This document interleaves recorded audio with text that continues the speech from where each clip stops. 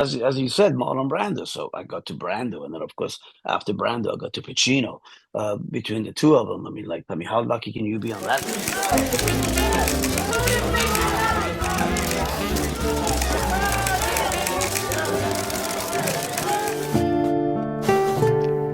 Just because you can paint on a canvas doesn't even make you a painter. And the whole world will know Modigliani.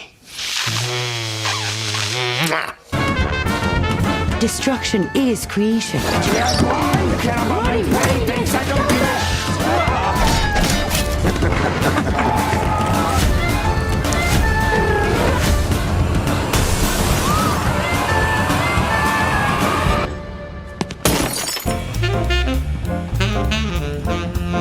Maestro Sir Barry Navidi, how are you? Well, thank you. I'm good. That's a wonderful title. Two of them, Maestro and Sir. I'm knighted by you, by Your Majesty. Man, it's you've had an amazing couple of years. It's been pretty phenomenal for you. Well, I mean, where do you want me to start? I am Sir Barry Navidi, according to you. I haven't made it to Cyrus the Great yet, but working on that. Well, thank you for inviting me. Great to be here.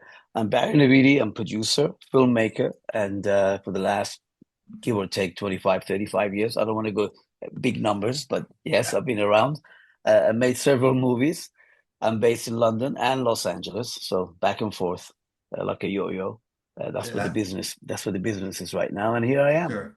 You know, you're selling yourself short, but that's okay. It's my job to talk to you on this. So Barry, you know, a quick background on you. I know you had the love of filmmaking, so you started out. Tell us about your journey, how you got to England, how you had this amazing experience with Marlon Brando, and it really trickled down into a domino effect with where you're at today. Yeah, I mean, look, as a kid, I always had the love affair with the film, even at the age of like 11, 10, 10, 11, when I was back home in Iran. And of course, I kind of my parents sent me out to United Kingdom for the further education. My brother and sisters, like that's what we all did at the time. As a parent, my parents cared about us, so they wanted us to proceed to further with our life. And guess what? I mean, going forward to the point where having had this 8 millimeter camera in my hand and just filming and not studying much but filming all the time instead of doing my thing in school, studying, getting A+ on physics or math or whatever. My dad said, you can do whatever you want to do, just pass. You don't need to get A+, just get D-. I'll be happy as long as you're happy. And he knew, my dad, from teenagers, the time of my Sure. life, that go for it, do whatever you like, leave Barry alone. My brother had PhD, my sister had masters.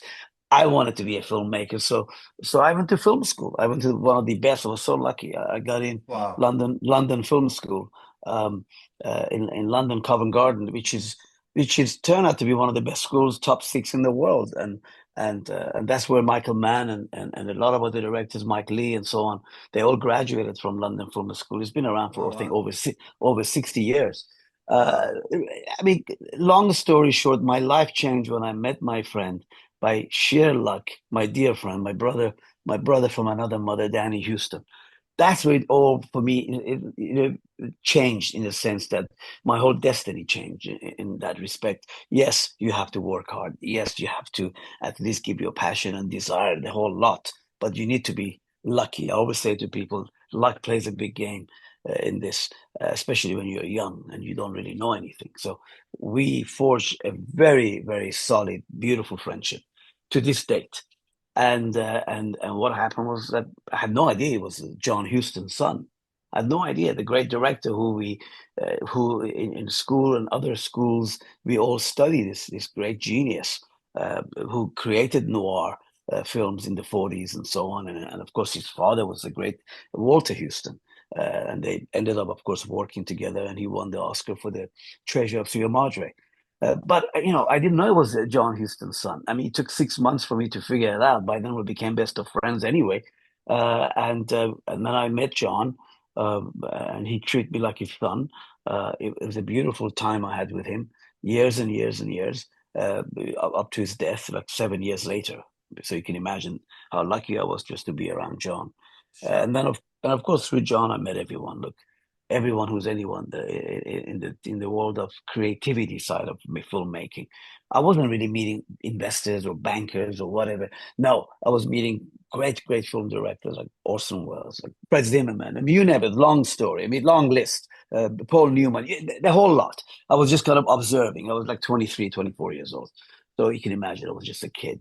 And that's Amazing. how it all began. So if you know, from that led me eventually to Marlon Brando, of course, because Marlon and Jack Nicholson were neighbors, and I being around John Huston and Angelica Houston and Jack and everyone. So you kind of meet people, Mm, and it's question of I always say to every other young filmmakers, you don't have to keep jumping at certain conclusion where now because you met these great people, you got to kind of grab them now, and you got to kind of you know take advantage of the situation.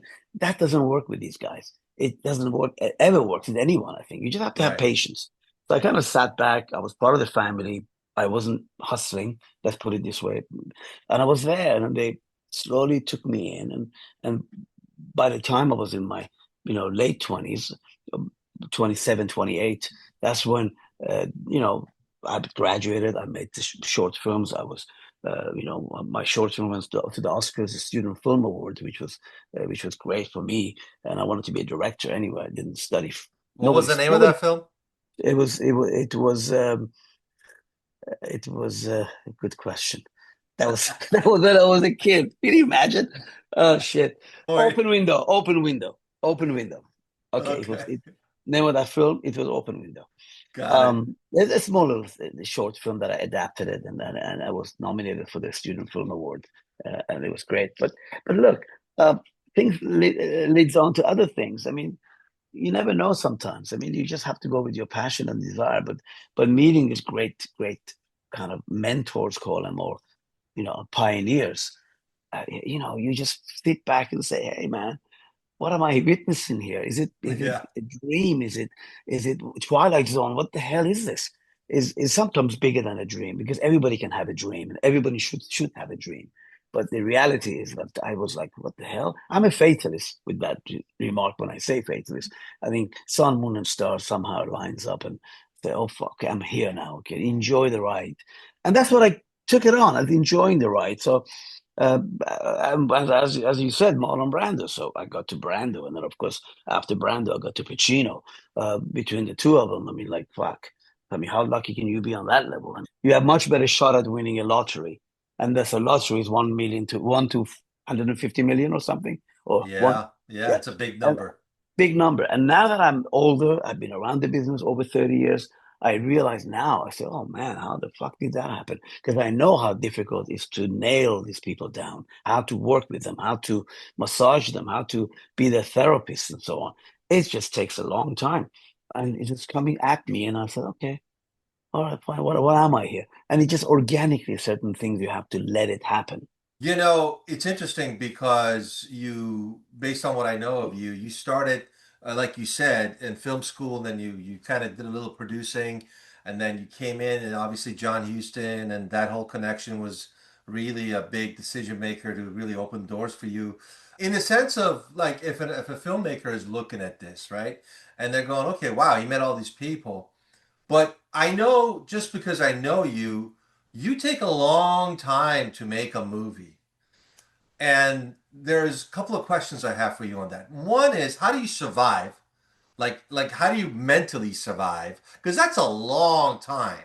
Make a movie, regardless of how the movie goes, but you make a movie. And then the fact of like, do you keep yourself busy with something else, or is it just a movie? I mean, there's a real balance act. How do you do that? Well, it's a good question. Look, I can just tell you one thing that is part of my DNA. I mean, it's patience. It really is. I learned never to really rush. The only time I rush is when I go to a casino. I don't have patience. I go to a table for in half an hour, I lose all my money, and I say, okay, I'm done, whatever. But with this, which is the biggest gamble in your life, is filmmaking because is not. tangible, is intangible dream, and it becomes the reality. Uh, by that I mean that it's not there until it's there, because even a painting is much more tangible because you get a canvas, brush, and you paint, and it's done. However it is, but with films, man, God gave me the patience. My DNA, my dad had the patience. I think I probably got it from my parents. So I have that in me as well, I have to say. And part of the other aspect of why I take my time, because my mentors, like John and like Billy Wilder and like these great people that I hang out with, they always said to me, don't rush, don't work on that script, get it to the level where it's presentable. I mean, a great director once said, if there was a perfect script, why make it to a movie? Because he was practically saying that it's a collaborative effort. So he's not like, I have a screenplay now, I'm going to make a film. It's going to be, no. I mean, you can have the best script in the world. You have the wrong director. You're dead on arrival. You have a great director. You have a mediocre cast. Then you have a mediocre film. So it's so much aspect to it. So they taught me patience. They said to me, listen, now, I didn't want Modigliani or Lear take 12 years to 10 years. No. So the motive is there to make it within 2 or 3 years. So don't get me wrong. It's just you understand the process. I respect the fact that I need to get good talent attached to it. And that's always number one, the script, and you get the talent, and you're at least 50% there. So so how do I survive? Okay. I do raise money through my source of investors. They believe in my so-called vision, because as a filmmaker, I just happen to be called the producer, but there are hundreds of producers out there better than me. Millions of producers make better deals than I do. And the reality is that I'm a filmmaker. So that's why I worked with Pacino for all these years. Otherwise, he has choice of, picking multiple thousands of other producers better than me. It's not about producing. It's about trust and language and kind of notion of kind of you care about the artist. You care about the filmmaker. And I do. And I do. And I was honored that Al put that in his book about me, because Oh, I wow. do. I do care about that, because I do care about the artist. Otherwise, I'm not a philanthropist. I do want to make a film that's going to make a lot of money. I do want to have that so-called box office, which is non-existent now, it seems, in today's world. But Yeah. but in reality is that when I have 3 or 4 or 5 projects on my plate, they're my babies, they're my kids, and yes, I sometimes turn off for 6 months, for 3 months. I just don't want to know. Go on a holiday, I'm still thinking about my films. Go somewhere, and I keep trying to always keep the projects alive, whether I'm rewriting it, whether I work with the writer all the time. I've learned to test the screenplay as much as you can, because you have to be able to take all the critics. You can't suddenly say you got the best script in the world. Right. That's it. I'm done. I'm the greatest writer. No, that's why there is no such thing as perfect script. There's such thing as a decent, good script, which is 70% there, and the rest of it you have the producer and the director to put all the other bits and pieces and hopefully make a decent picture. Yeah. So it's a process, but I managed to do all that all over the years, mainly because of, I would say personally, and I don't know anybody else out there, is about patience. I have that. And that's number one. And then the rest of it is being a therapy to your talent, to your artists, how you work with them. You have to. So I put, different hats on, not just about money, money, money. Of course, we need them, but we have to nurture the talent. I admire you for one of the things I thought it was great about you when I first met you was that you do think like an artist. You think less as a producer that is looking to make this business of this film. You really come across as like this painter who's like a producer. And I think the reason for that is, I'm just gonna kind of get to it. Like, you had a bad situation happen to you with Marlon Brando's movie, which was disastrous. You did press on this. The money was gone, and we don't want to dwell on that. It was a bad situation. And then you really, how long did it take you? And if you just want to dive into it quickly and just kind of, how long did it take you to bounce back from that? Because that was a tough one. Well, it was a tough one. It was a miscarriage of a baby. Look, a lot of movies don't get made. A lot of movies, they pull the plug like 6 weeks prior to shoot or a week before filming.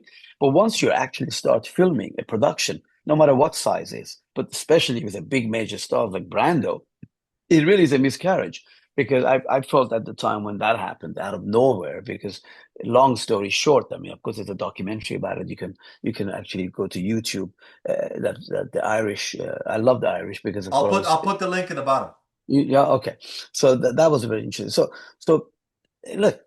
The thing is this: I talk about being a fatalist again. I'm not look. That movie, even though it collapsed 2.5 weeks into filming, even though I lost everything, I went bankrupt, you name it, but it brought me closer to Brando and it got me to Al Pacino. Wow. So in essence, from one Godfather to another, good luck if you can do that in anybody's career. So I had that fate about whatever you want to call it. Right. I didn't expect to work with Pacino at all. Who doesn't want to work with Al or any great actors out there? But Right. but when the movie collapsed, did I want the movie to collapse? Hell no. Nobody wanted it. I mean, even Hollywood, they called it could have been a contender. That's what they called it in Variety. It was a massive story. It was a beautiful screenplay, which What I'm was going the to name of the resurrect. film? Divine Rapture. Divine Divine Rapture. Rapture, a comedy set. Its comedy is about resurrection. Actually, it's very funny. It's about questioning your faith, and that's why Marlon loved it. He wanted to do it so badly because he could play the character, the priest. But the thing is that it was something that it was inevitable that, and looking back now, that it meant to happen because it put me on the map in a good way, not in a negative way. At the beginning, it's like, oh man, his movie collapsed.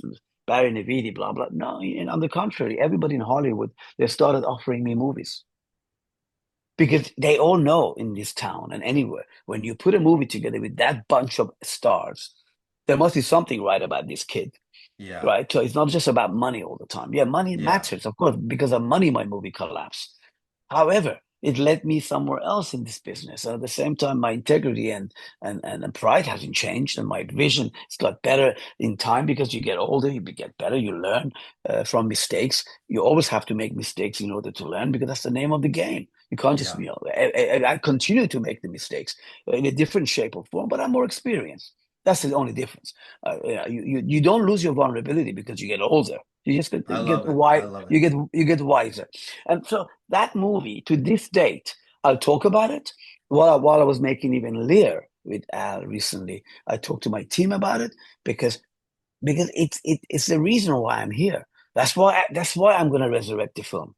I'm going to not remake it. I'm going to restart it. I'm going to direct it myself. We can talk about that at some other time. I'd But love to. Yeah. Yeah. that Yeah. that is a project that I have many other directors who want to do it because there's a lot of heart.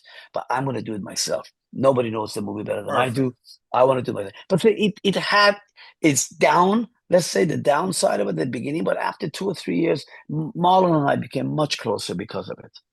And Marlon, because they all knew me. I mean, Deborah Winger was wonderful. Johnny Depp, that's how I met Johnny. We became Yeah. best of friends. Yeah. So John Hurt, rest in peace. I mean, I was so lucky that they were all incredibly supportive, including the whole of Ireland, the Irish community. Go back and do the job, and I love to do it, and I want to go back. Same location. It's got heart and story behind Amazing. it. So Amazing. I'm blessed with that. Even though it had the negative connotation at the beginning, it turned out to be the most positive thing for me because I can say it again and again. If it wasn't for the collapse of Divine Rapture, I would not have been working with Al Pacino. And I say Oh that to man. Al even because the reason why I met with Al because of Brando, Yeah. because of my relationship with Yeah. Marlon. And Yeah. Marlon and I were talking, and I said, "Look, what are we going to do? I want to make something which is a little different." And I do. I'd like to do that if I can. Nobody's original, but what can we make that's a little bit different than others? I'm not going to compete with Hollywood. And I respect them. They make great film, big movies. Absolutely, anything you make is work of art, whether it's through AI or whether it's through whatever. But I want to make something that stands out. So that's why Marlon said nobody's ever done Merchant of Venice. Shakespeare. I said, "Fuck, I can't even spell Shakespeare. What are you talking about? I'm Iranian. I left. I just learned English like 8 years ago. What the fuck? Is it? Shakespeare. Yeah, Shakespeare. That's a movie that nobody's done. And they've done stage, they've done this, they've done that, they've done television. And wow. I said, wow. And then that's when Brando said, okay, you got to do what you got to do. You got to work with Al to play Shylock. Al Shakespeare, and he's most nobody knows. I guess people know a bit more now, but he's a Shakespeare connoisseur, man. The guy knows Shakespeare backwards, and a lot of great actors. in America and US, because of course in England they're all born with it. But Al is naturalistic about all of that acting. He's so real and honest and pure. So I was blessed when I met Al through Brando, and in between that I had cancer, as you know, so I had to survive that because when the movie collapsed, a couple of years later I had cancer. I was very lucky again. I survived it, but This is Marlon was very. after Marlon's movie. You Yeah, got. yeah, yeah, a couple of years. So between the collapse of the film and getting My to God. know or get to figure out what the fuck happened, it took me a year to figure that out. What happened? So I had to go back and figure out like a private investigator, going back and exactly go through the dotted line and see how it got to that point and why and how. That took about a couple of years, and I was writing it as well. And my script writer, Glenda Ganis, who wrote Divine, and she's a great writer, and she wrote kind of my journey, throughout Divine Rapture, and she has such a sense of humor. She called it Divine Rupture. Divine Rupture. That's what it is. So I love it for that. So she and then we just talked about it, my experience of what happened, and I learned a lot from it. And even some publishers wanted to publish it, and I said, no, man, there's no way I cannot publish that because it was called Divine Rapture, the ungodly act of determination. That was the title of it. And I said, there's something about it that I can't do that. It sounds like a kind of a failure, maybe. Maybe it's like, what am I talking about? I'm not gonna. No, Glenda, let's forget it. Let's put it on the side because I've got other films to make. Let's make some. Let's keep going for a few years. Maybe there's a nice full circle, and that's why we changed the title 6 years later from one Godfather to another. So Wow. because that's when I went from Brando to Pacino, and that was it. After Merchant of Venice, uh, Al and I forged a great friendship to this date, and collaboration and partnership in making movies. Sorry, Well, talking too much. I Not love it. This not is not this. letting you know to ask me any questions. No, I think this is fantastic.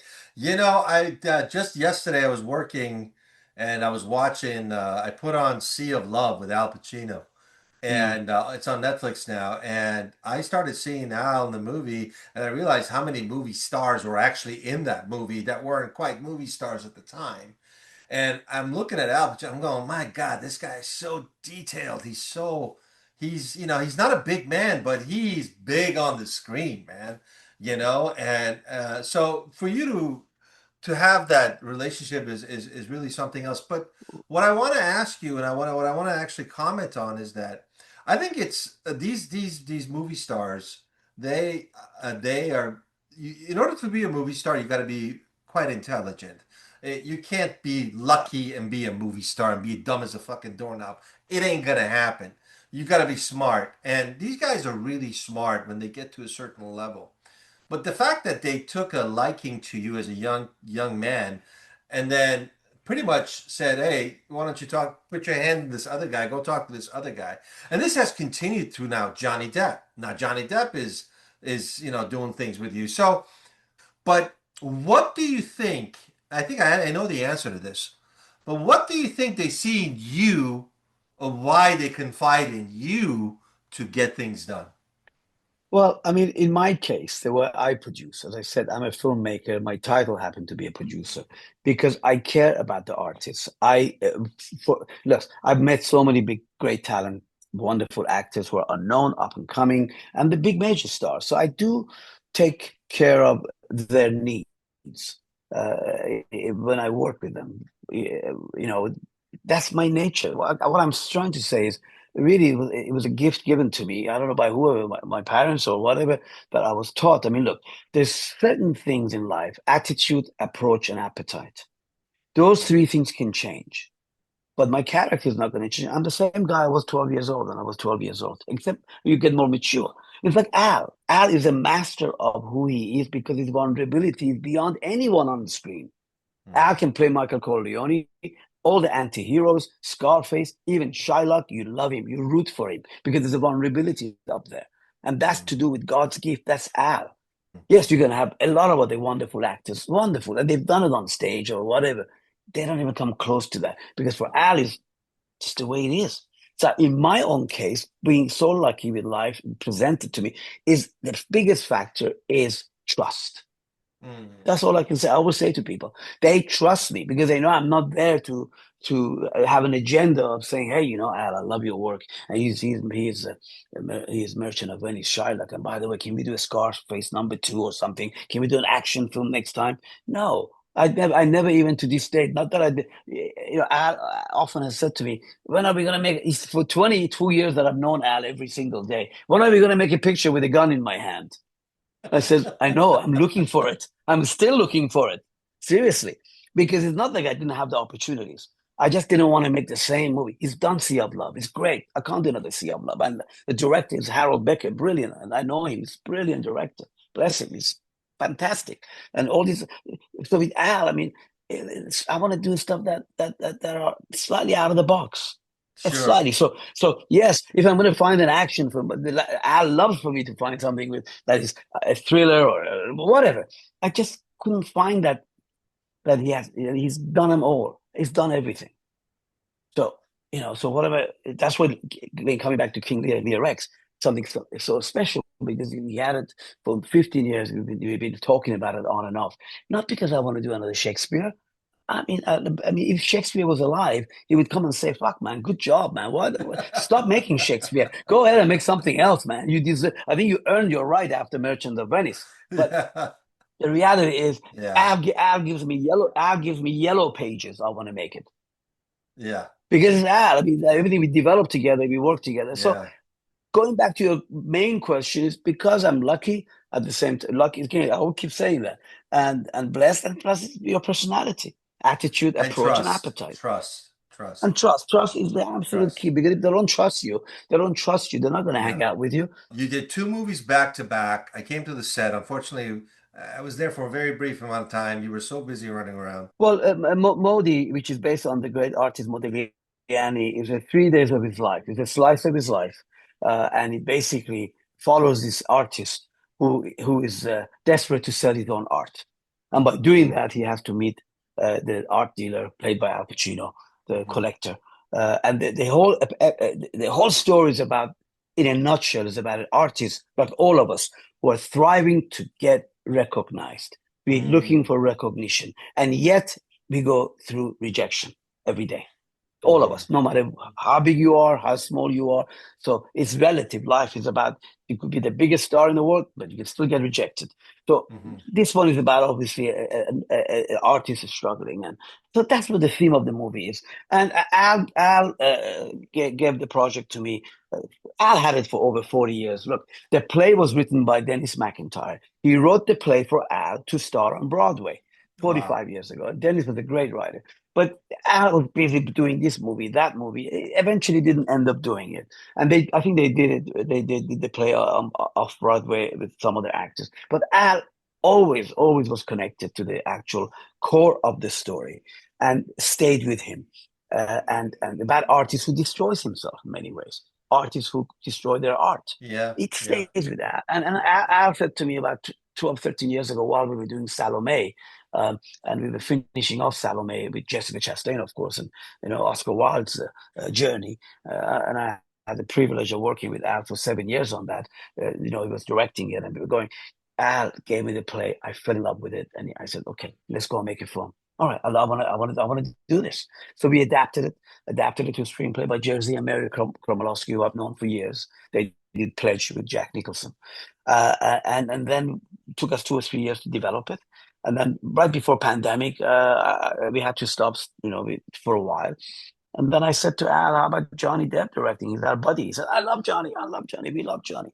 So we gave the script to Johnny because I've known him since, of course, years and years. And Al did Donnie Brasco with him. And Johnny immediately got the message, read the core behind it, and he fell in love with it. Johnny's an artist. He's a rock star. He's an actor, and of course, he can also direct. And we couldn't be luckier than that. So again, I love Johnny. He's sensitive, and he did a great job. Whilst I was doing that film, of course, Riccardo Scarmaccio is the star of the movie. He's a top Italian actor. I love him. I've known him for years, Riccardo, and he is Modigliani. He's just brilliant. And while I was doing that, Al said, "When are we going to make Lear?" I said, "What do you mean, King Lear? Now? You want me to do it now while I'm in post production? While I'm in?" He said, "Yeah, I'm ready to do it now. Come on, let's do it." And the way it led on to Lear was the fact that I met this director, Bernard Rose, who's a wonderful director. He's done a lot of good work. He's a real artist, and humor, and he's witty. He's English. He's cynical. I would call him at times, but you know what? He came up with a fantastic approach and Mhm. interpretation for it. And Al said absolutely he's the right choice. And then Al and Bernard worked on it together. They did it. They adapted the play to a screenplay. It took about a year, plus or minus, maybe even more. But Al knows the play so well, so his input was massive, massive. And then once we had the script, Al said, "Let's go for it," and we got a wonderful cast together, brilliant cast from Jessica Chastain, who Al discovered while we did Salome 17 years ago. So Jessica came on board, Rachel Brosnahan, of course, Peter Dinklage. Um, and Lakeith Stanfield and Ariana DeBoss. We just Ted Levine, Danny Houston, of course. I mean, we have so many wonderful cast. And then the magic of it, I said, okay, let's do it in Los Angeles because we found the mansion. That's when you came on the set. We found it. We found the right location, and it was a little bit logistically and easier to put it together in a sense that a lot of the stars lived here. So I didn't have to fly them from all over the world or go somewhere in Malta or go somewhere, I don't know, in Timbuktu to make it. I didn't want to do that. And I think it was great to bring Shakespeare to Hollywood. Really. Yeah, yeah. The bottom line is, as an independent, I am independent. I will be independent all my life. I brought, with Al, Shakespeare to Hollywood with a bunch of great American actors. That's what I'm proud of. I'm really proud of the work. The way you have maneuvered yourself in the game, and obviously you call yourself an independent filmmaker because you're not part of the quote unquote studio system. First message I'm getting here is obviously patience and trust.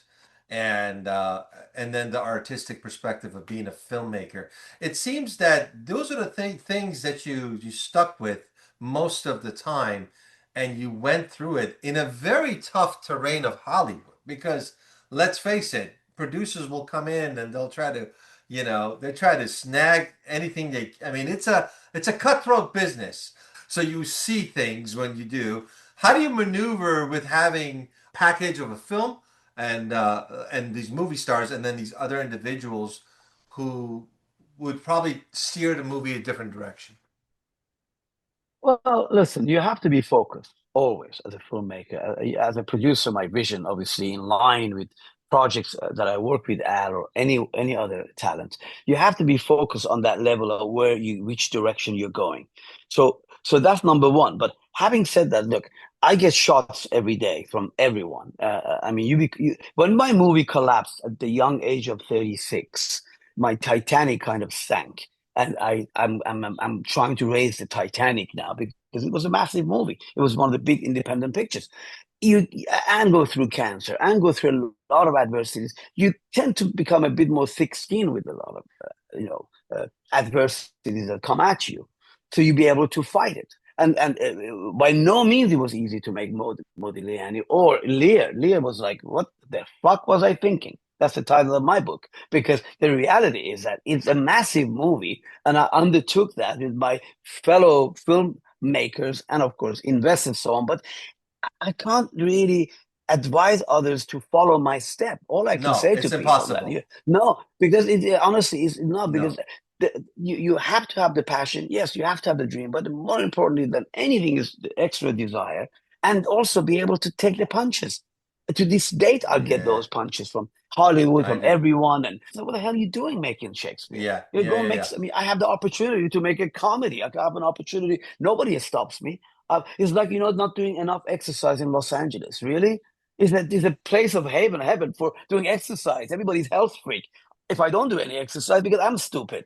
So what I'm trying to say to you that when you're making movies here, yes, you know what's going on here. Yeah, I understand it's a very cutthroat business, and they all come at me everywhere from everywhere, every direction. But you just have to be able to take the punches, and that's what it's all about. If you can't I take the love it. punches, if you can't take the punches, Please don't even get close to this business. Just do your day job. I don't know, open a restaurant. That's a tough one. But I'm just saying, it is a tough thing. It's about really not giving up and have the passion and have the focus on what you do. I mean, and don't give up on that. You know, you're not a studio, you're not a production company. If you're an independent filmmaker, you got to focus on one thing. Go for it. Doesn't matter what the budget is. Budget is irrelevant. Whatever it's going to cost is going to cost. I love And it. but in today's market, it's not about the stars. Good to have them, good to work with them. You got to have them, but it's about the story and getting a bunch of really wonderful actors together. Barry, I want to thank you for coming on the show. It was quite educational, and thank you for your time, man. My pleasure. Great seeing you.